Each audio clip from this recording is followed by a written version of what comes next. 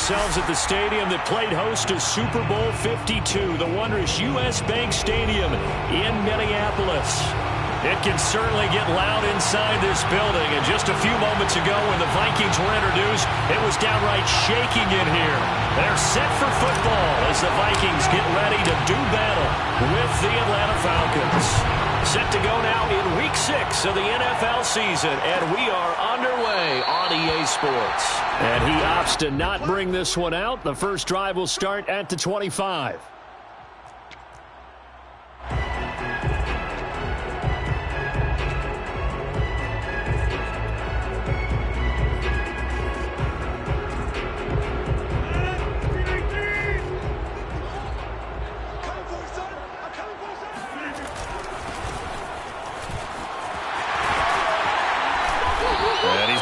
Good gain of 9 here up to the 34. So, Charles, you look at this offense, what a start to the season. 5 wins without a loss.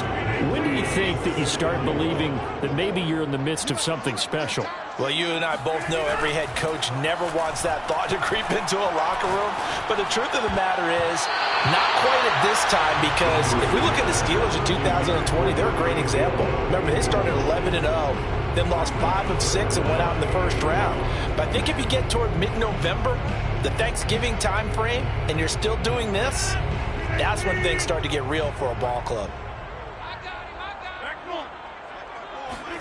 Rodgers to throw on 3rd and 1. And it's incomplete. Took a shot, couldn't connect. There is something to a game plan with trying to keep a defense honest. With a guy with that type of speed, you do so. Send him deep. Try and throw some air under it and hope you connect downfield. On that play, they were unsuccessful. Yeah, it's on. It's a 39-yard punt, 8 on the return, and the Falcons will be taking over 1st and 10.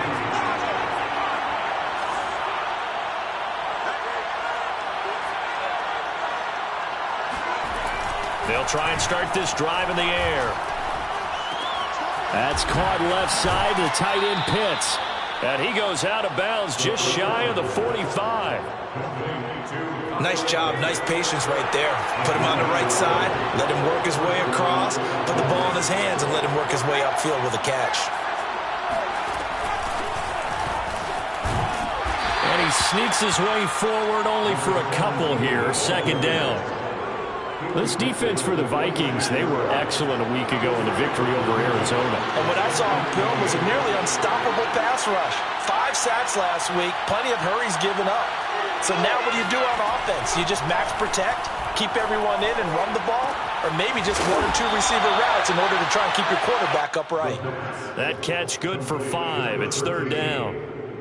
Oh, I see you nodding your head along with me, partner, because it's pretty obvious what they were trying to do there on the drag route. With his speed, they're hoping he can turn the corner and maybe take this to the house.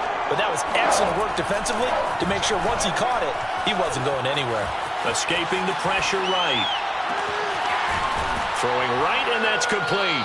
And he gets this inside the 35-yard line. Pretty solid start for the rookie here on this first drive, Charles. Able to have some confidence, stepping back into the pocket, move around a little bit, find open receivers, and deliver. That just means his confidence is going to continue to grow because he's getting more and more comfortable with each completed pass. And he'll be out of bounds just inside the 25-yard line. He'll wind up getting 9 after tucking it and running, so it'll leave him with 2nd and a yard.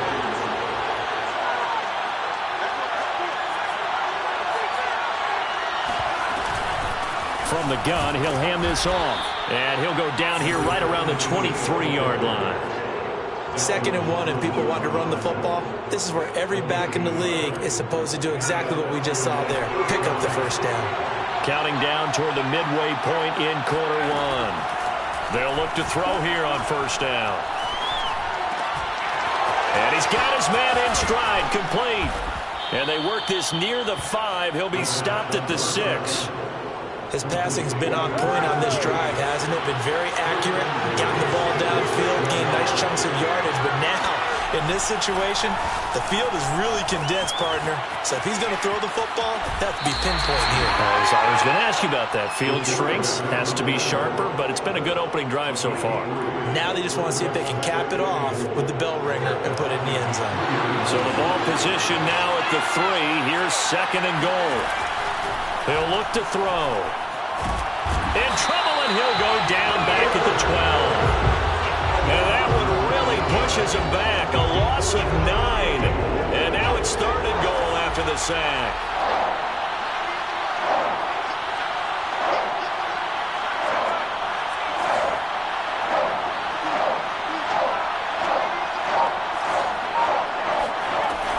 They'll drop to throw. He's going to flip one out here to his running back. And he takes this down to about the 2 before going out of bounds. 10 yards gets him closer, but now it's 4th and goal.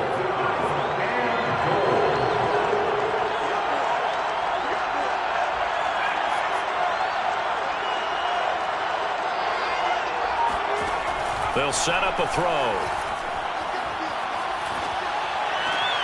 And that is caught. Touchdown, Falcons. A great play there. His first touchdown on the year. And the Falcons have taken the early lead. Point after, right down the middle. And that makes the score 7-0. Set now to kick this one away, and off it goes. Well, from deep in the end zone, he's going to bring this out. And he's only going to make it to the 13-yard line and no further.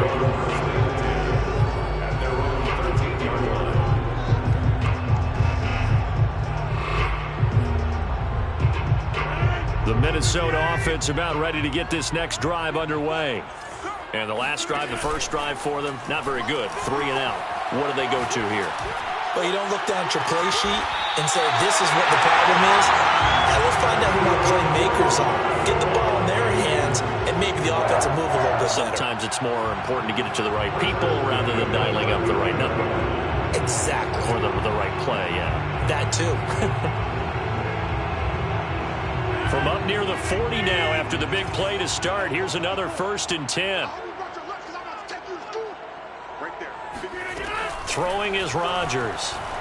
They'll roll him out right. That one caught by Tyreek Hill. And they'll get this well past midfield before being stopped just before the 35. See some head shaking on that defensive sideline because so much focus on taking away what he did last week as NFC Offensive Player of the Week. Big gain there for him to start. I love your observation because you would think they'd be prepared for him after what he did the previous week. But sometimes that skill set actually intimidates a defense, and he used it to his great advantage. A gain of 6 there on first.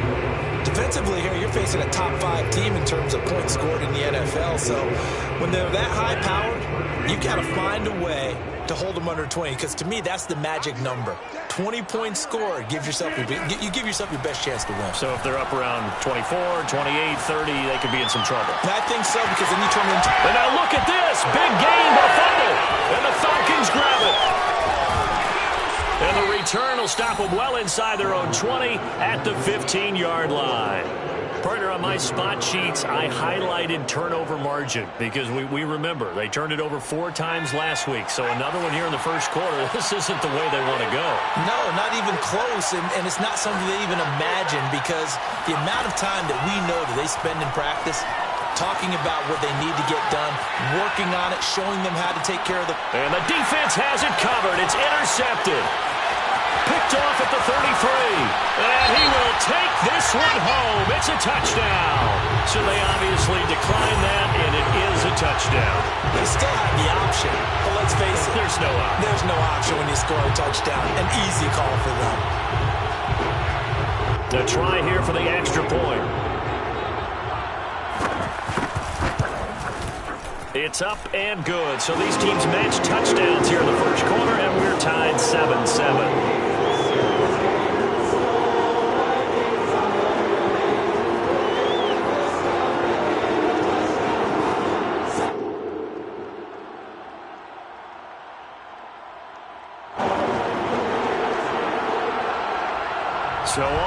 It's 7 now as they kick it away.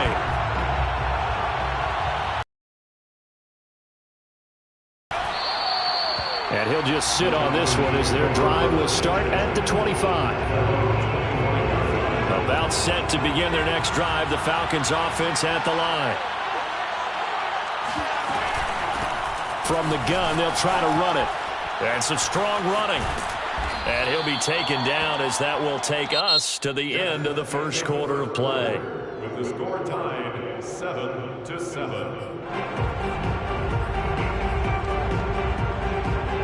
The last run got 6, now 2nd and 4.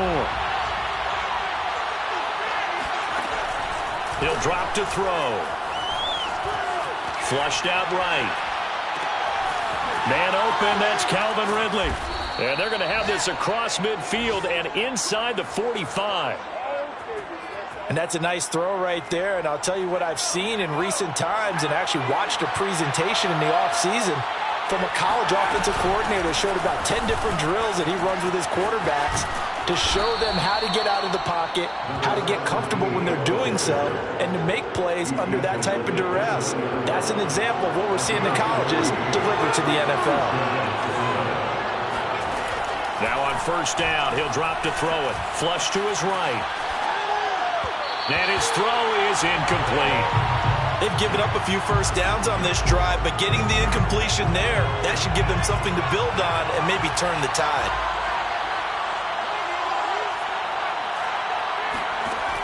He'll try again with the arm here on second down. And this is incomplete. So back-to-back incompletions. Third down here in 10, but you're still in field goal range. And that's the thing to keep in mind. They're in field goal range. So now you don't take any unnecessary risks, but you try and find a way to get back to what you were doing earlier in the drive in order to finish this one off. Well, that's into a sea of bodies, and it's intercepted. Picked off by Kevin Farley. That pick hurts a little extra because it was third down. You were already in field goal range. You know what he's going to hear all night, all next week? Situational football. Understand what's going on because you expressed it perfectly. 3 points were in their hip pocket. They had those. Now, those went by the wayside. You cannot make those kind of mistakes. It's what you call a rookie mistake.